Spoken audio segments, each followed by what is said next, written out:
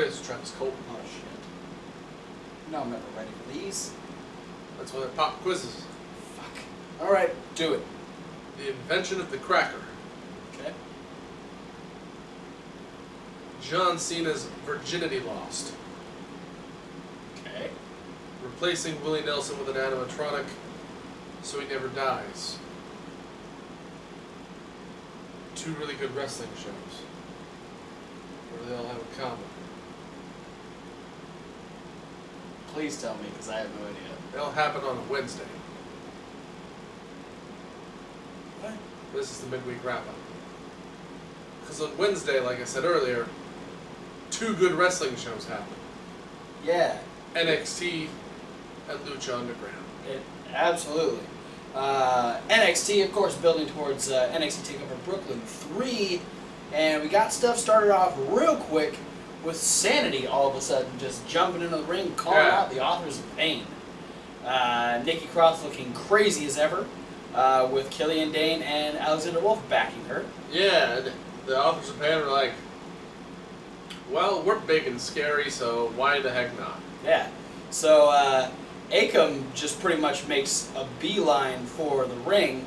Razor's not too far behind, but Razor gets blindsided by a returning Eric Young, gets tossed into the barricade, gets zip-tied to the barricade, while Sanity has their way with Akam in the ring.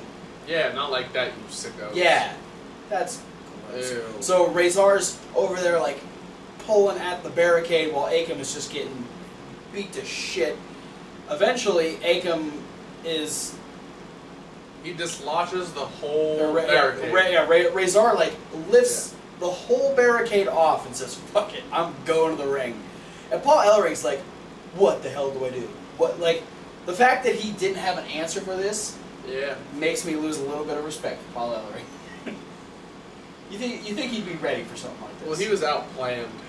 Yeah. See, and that's... This is the reason why Eric Young's been gone for like 2 months, though. He's just been planning this one specific sneak attack. He's like, Paul will never see it coming.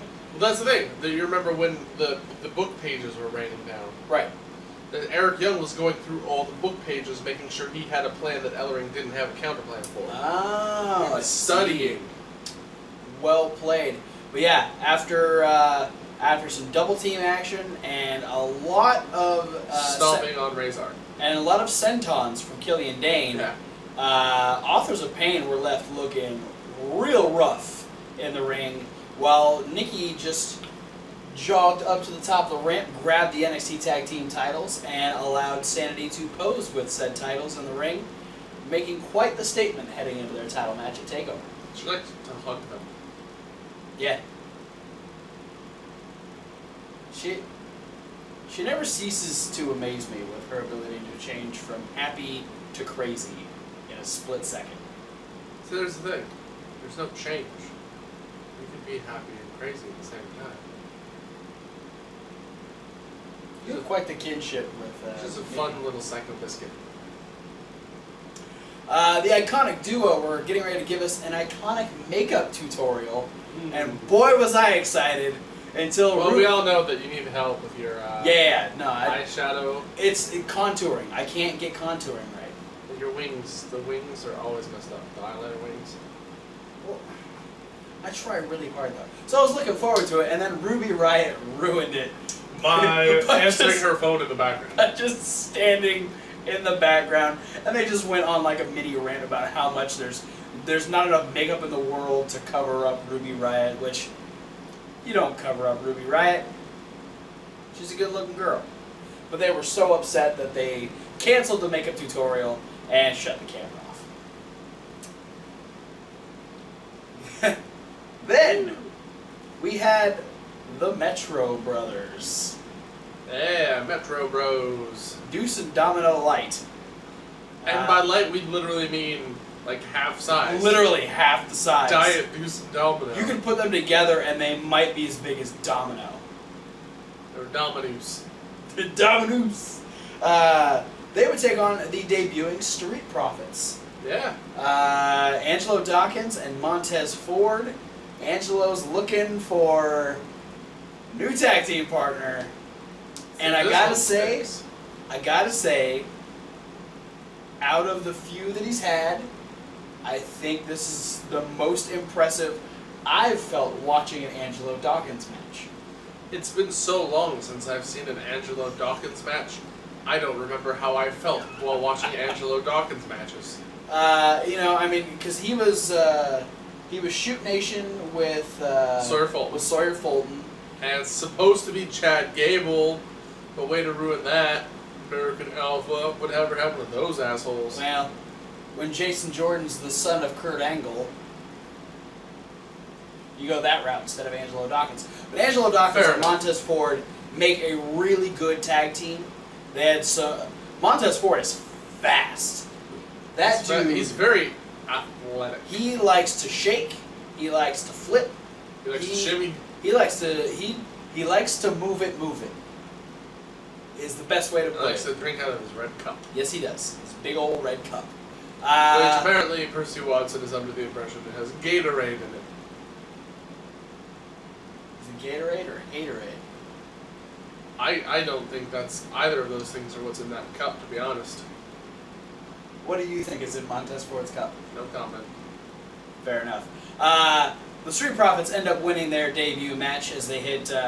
Angelo hit a Stinger Splash and a Spine Buster, setting up Montez Ford to hit a Frog Splash, and they pinned one of the not Deuce and Domino. JC Metro. The fact that you remember their names. They're easy. It was JC and Chris. I didn't give enough fucks to even learn their names to begin with. I was pissed that it wasn't Deuce and Domino. Here's the thing. I have to remember their names because I have to put them down under Anthony Bennett and the people on the punch list. Oh, fair enough. Okay. Gotcha.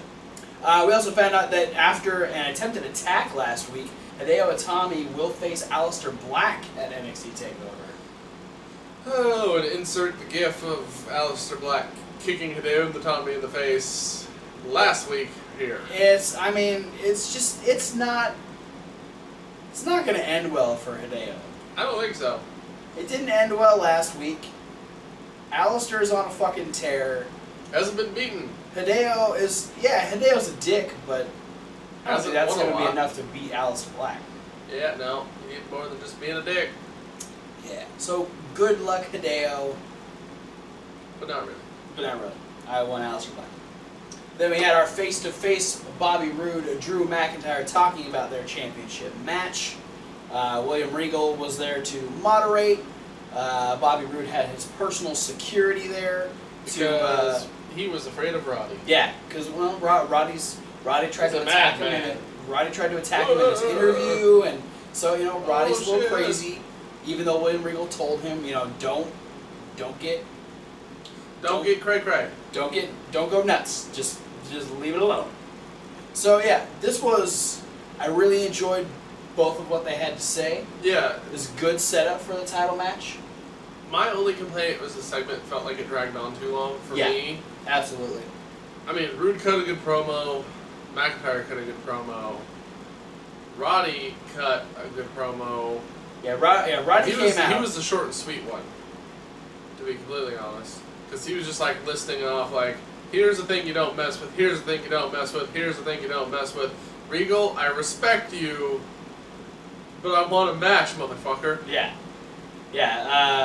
Roddy knew what he wanted, and for some reason, Bobby thought it was a great idea.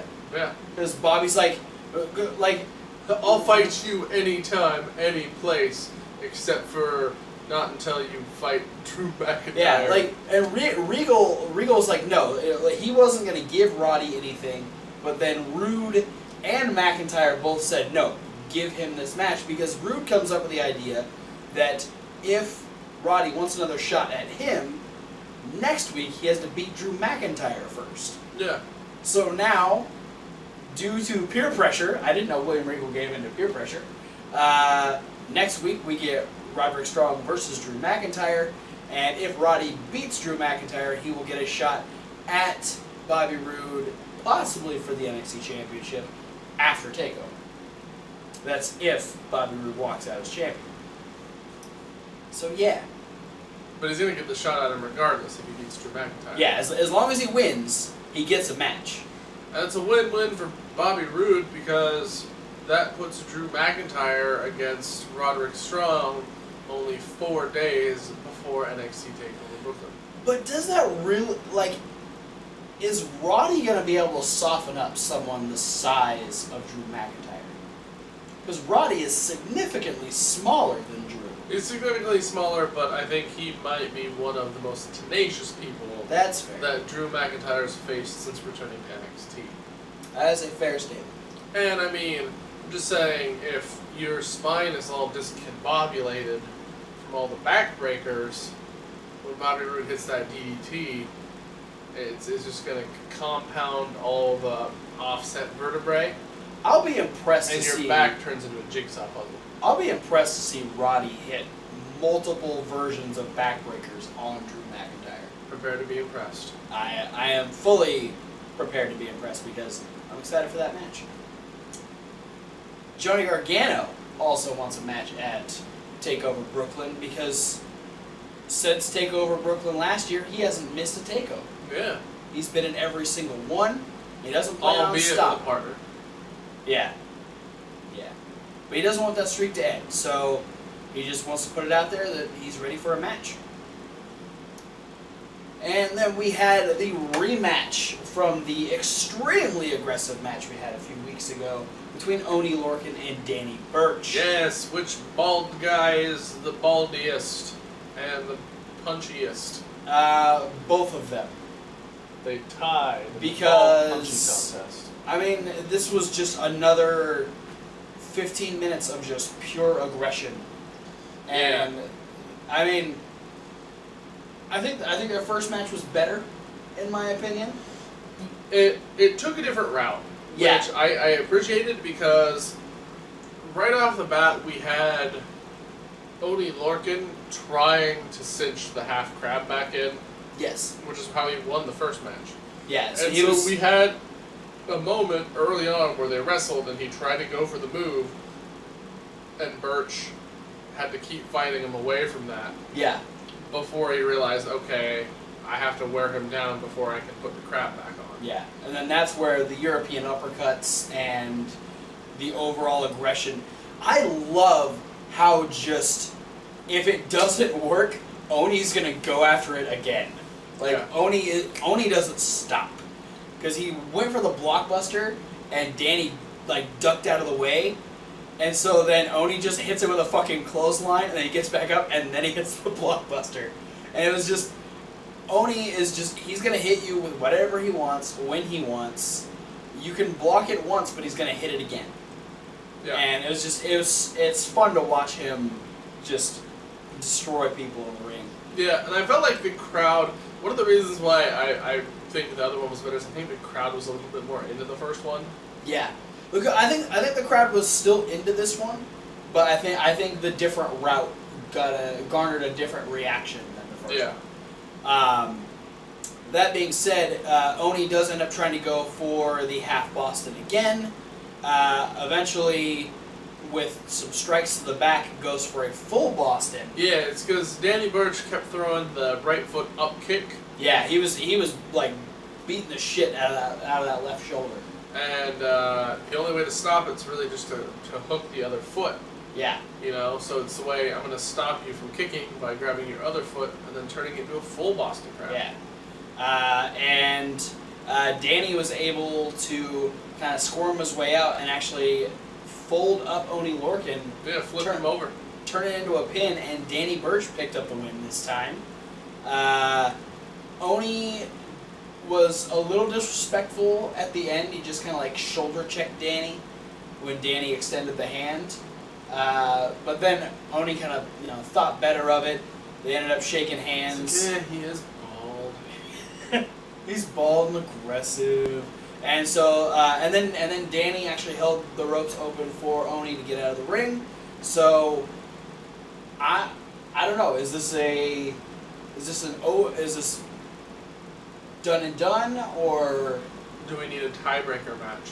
tiebreak? Maybe give these guys. Oh man, can you imagine 2 out of 3 falls between these guys? It would be brutal. It would be extremely brutal. So either they're going to have a tiebreaker match or they're going to start teaming together. The tag team direction is immediately where I thought. And how fucking scary would that be? That is not a team I want to fuck with. There's just angry penises running at you with forearms. One of them's really hairy. Well, not everybody manscapes. That's true. Yeah. So we'll see where that ends up going. Still a fantastic match. We finished it off with our main event. This match wasn't all that great. No, I don't think it was supposed to be. It told the story it needed to tell because it was Andrade Cien Almas taking on No Way Jose, and Andrade had Selena Vega in his corner. And Andrade kept trying to do his usual, like, take his time, pose, taunt, and all these things. And every time he tried to do that, Selena's like, "What the hell are you doing? Get on him, get back in the match." And so, like, you know, she plays this coaching role where she's trying to get Andrade to stop playing around in matches because that's usually his undoing. Yeah. And makes him focus on the attack. And, you know, No Way Jose was pretty in control for the first part of it, but once Andrade got his momentum going, he pretty much ran the end of this match. Yeah. And, you know, he dropped No Way Jose, and he went for his just kneeling pose, and Selena said, "No, get up and finish it." And Andrade was like, okay. So he picked him up, and with no hesitation, hit the Hammerlock DDT, and easily beat No Way Jose. Yeah. So I'm sad for No Way Jose, but Andrade finally got a win after months and months of constantly losing. And then Selena decides, well, he beat No Way Jose. Apparently he's ready for Johnny Gargano. Yeah.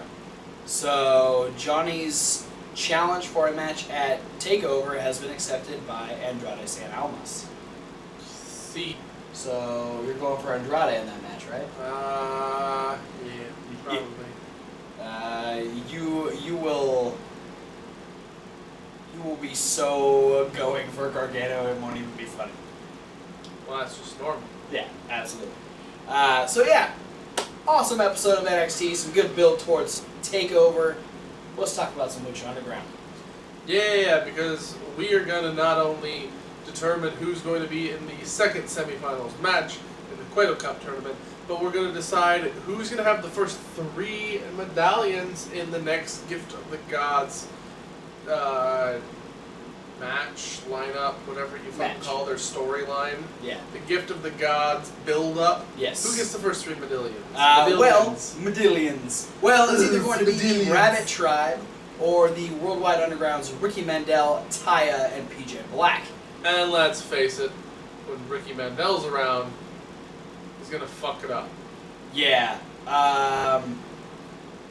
Hell, Jack Evans even knew that. He wrote on his little board. He's like, if I was in this match, it'd be over already.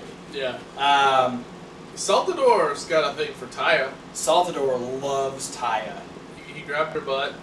And then we also found out that apparently the Rabbit Tribe do everything together. Yeah.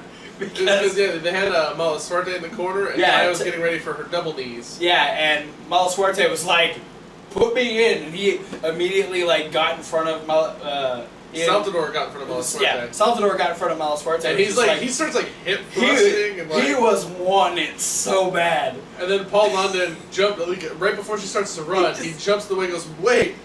And then he goes over and lays down and yells, "We do everything together." And so she did the running knees where she hit Paul London and kind of shockwave. Kind of Salvador. Mala Suerte didn't get a whole lot.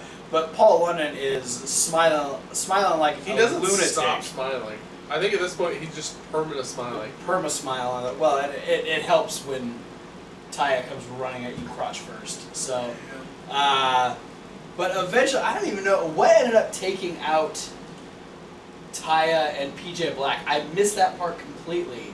No, you didn't, because that was the sketchy fucking dive from Saltador. Oh, that took him out for the rest of the match. Oh shit! Because it was Ricky Paul London got up on the ropes, and Ricky Mandel was illegal. Ricky blind tagged himself in. Right. I saw that. Then Molo Muerte got dumped out of the ring, and so did Taya and PJ.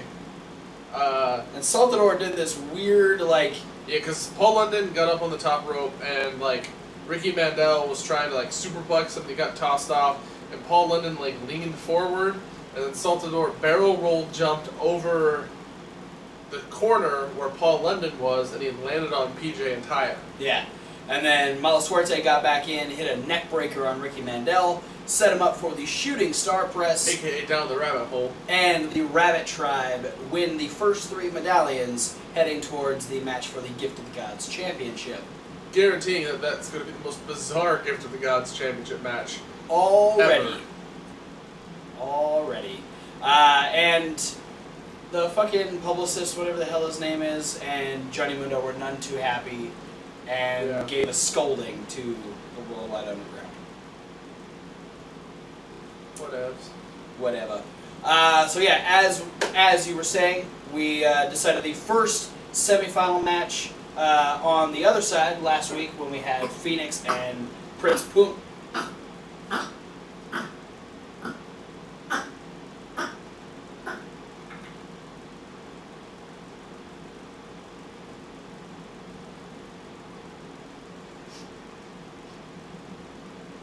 That will be edited out. Oh, yeah? Yeah. I mean, unless you think I should keep it. Okay, probably not. It's kind of gross. Alright. Well, as you were saying, we decided the first semifinal match last week. We know that Phoenix and Prince Puma are on one side of the bracket. So, our first quarterfinal match for the other side, we have Mil Muertes versus Jeremiah Crane. And this immediately got started when Mil Muertes attacked Jeremiah Crane. Yeah, during the entrance. And they fought around, almost the entirety of the upper deck of the temple, to where they were trying to get a camera to find out where Jeremiah. Yeah, they disappeared during the commercial break, and then right as Matt Striker finishes explaining to the audience that Dario Cueto made the match no disqualification. Yeah. Jeremiah Crane got thrown through a door. Yeah. Back into the arena. Yeah. Then he got dumped over the banister and almost hucked off of the roof until he was able to kind of slide himself down onto the bleachers. And then it proceeds to be a good old-fashioned just beat the fuck out of your opponent Lucha Underground match. Yeah. Because they 90% in favor of Mil Muertes. Yes, Mil Muertes was attempting murder. Yeah, he was not playing around in this match. Oh.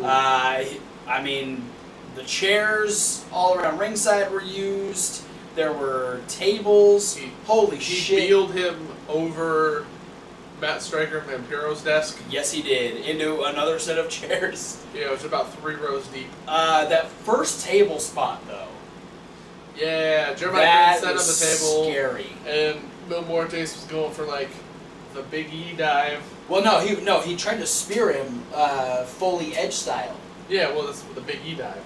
Yeah. Spear off the apron.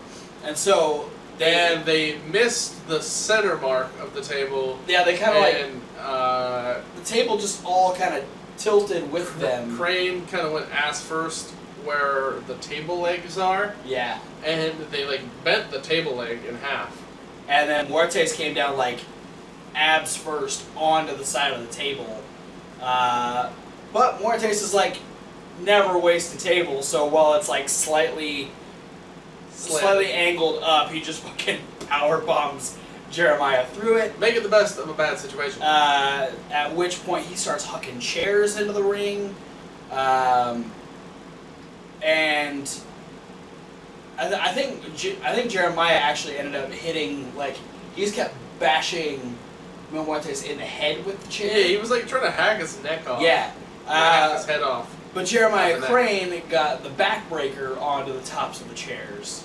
Yeah, that was so both guys received pretty decent blows from the chairs. Yeah, Jeremiah Crane turned the table spot on Muertes. Yes. Because Muertes set up a table in the corner, but Crane cannonballed him through it. Yeah, that was... He cannonballed him while he was standing.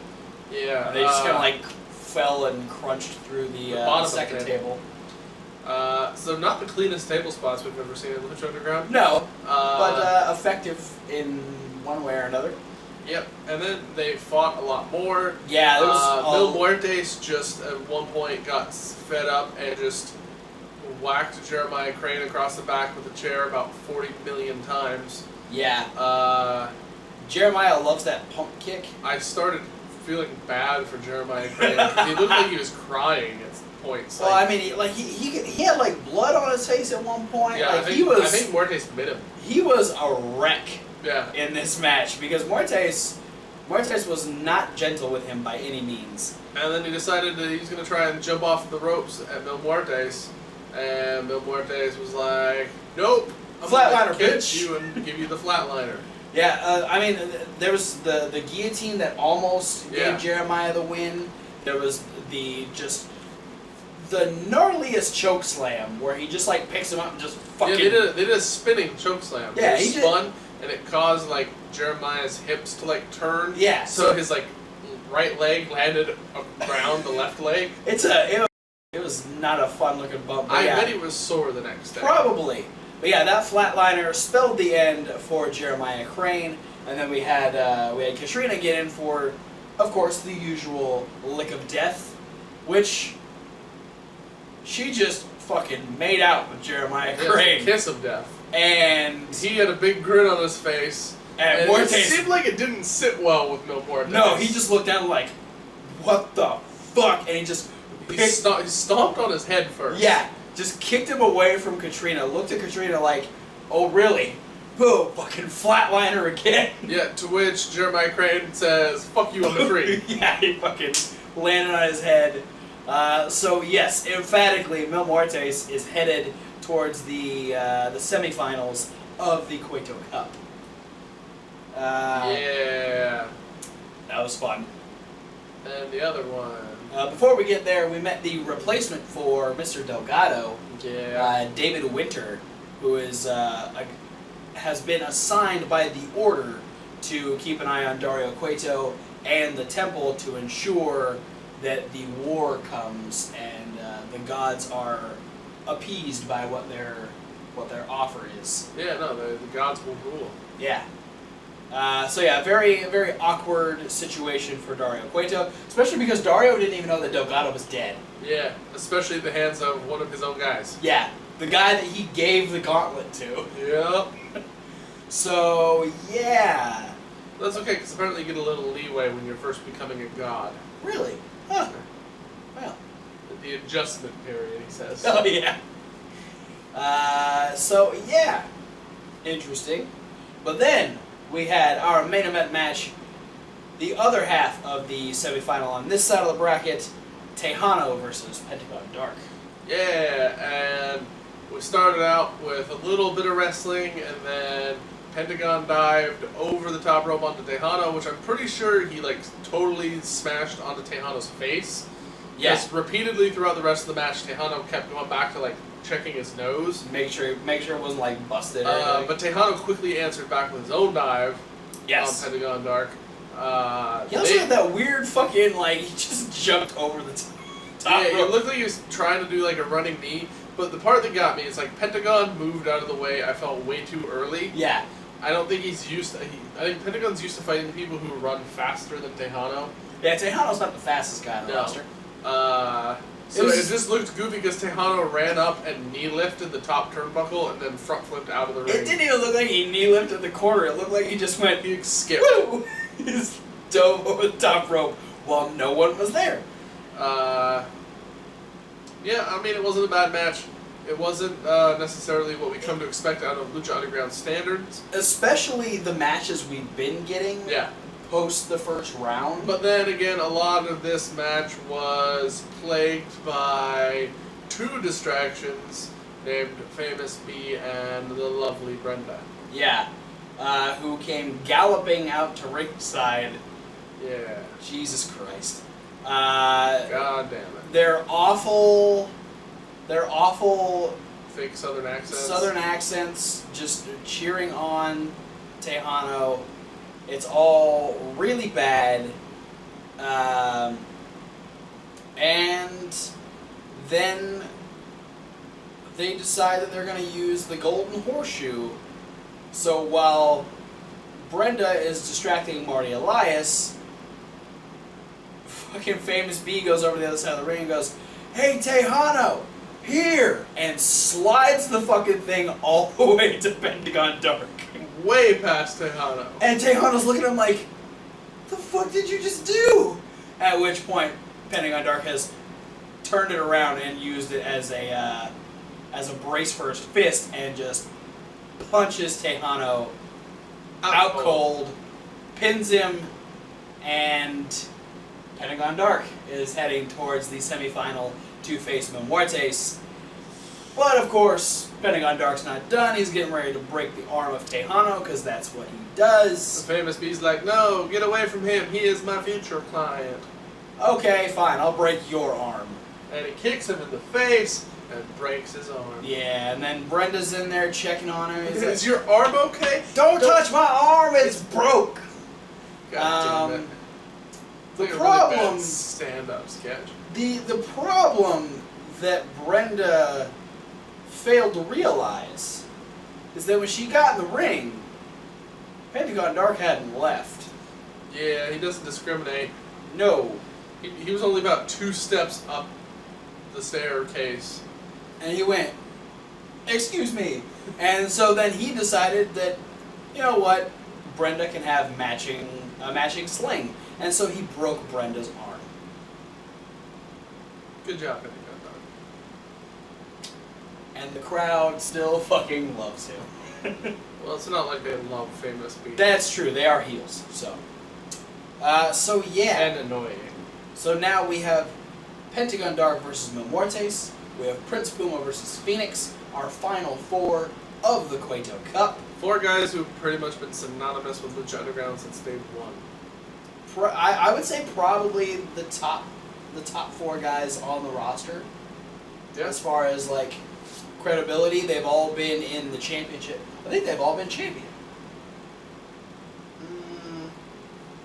No, except for Pentagon.